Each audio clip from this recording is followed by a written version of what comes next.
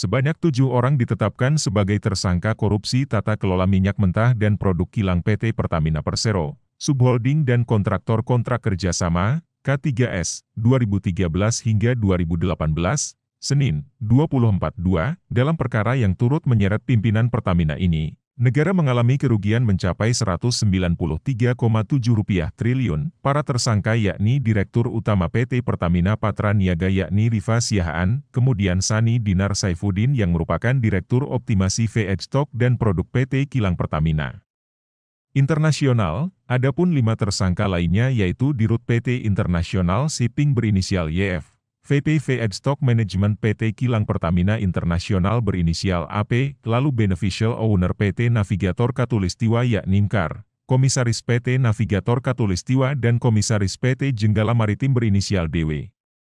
Kemudian Gerje selaku Komisaris PT Jenggala Maritim dan Dirut PT Orbit Terminal Merak, Direktur Penyidikan pada Jampitsus Kejagung RI, Abdul Kohar dalam keterangannya mengatakan, penetapan tersangka berdasarkan bukti seperti keterangan 96 saksi dan ahli serta bukti dokumen elektronik. Kohar menjelaskan, pada tahun 2018 hingga 2023 pemenuhan minyak mentah dalam negeri harusnya wajib mengutamakan pasokan minyak bumi dari dalam negeri, namun berdasarkan penyidikan Kejagung, Rifa bersama tersangka Sani dan AP melakukan pengondisian dalam rapat optimasi hilir yang dijadikan dasar untuk menurunkan produksi kilang. Alhasil produksi minyak bumi dalam negeri tidak terserap sepenuhnya dan akhirnya pemenuhan minyak mentah maupun produk kilang diperoleh dari impor. Dalam pengadaan produk kilang oleh PT Pertamina Patra Niaga, Rifa melakukan pembelian untuk RON 92, padahal Rifa sebenarnya hanya membeli RON 90 atau lebih rendah. Kemudian dilakukan blending di depo untuk jadi RON 92, padahal hal tersebut dilarang. Terkait dengan proses hukum yang dilakukan Kejagung, pihak Pertamina menyatakan menghormatinya. Pertamina juga siap bekerja sama dengan aparat berwenang agar proses hukum berjalan lancar. Meski begitu, Pertamina berharap proses hukum mengedepankan asas praduga tak bersalah.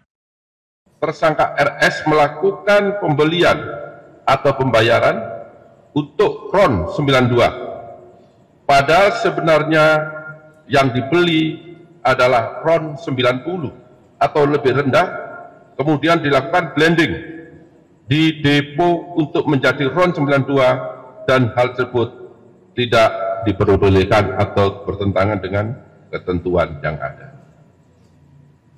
Pada saat telah dilakukan pengadaan impor minyak mentah dan impor produk kilang, diperoleh fakta adanya markup kontrak shipping atau pengiriman yang dilakukan oleh tersangka YF selaku Direktur Utama PT Pertamina International Shipping, sehingga negara mengeluarkan fee sebesar 13 sampai dengan 15% secara melawan hukum, sehingga tersangka MKAR mendapatkan keuntungan dari transaksi tersebut.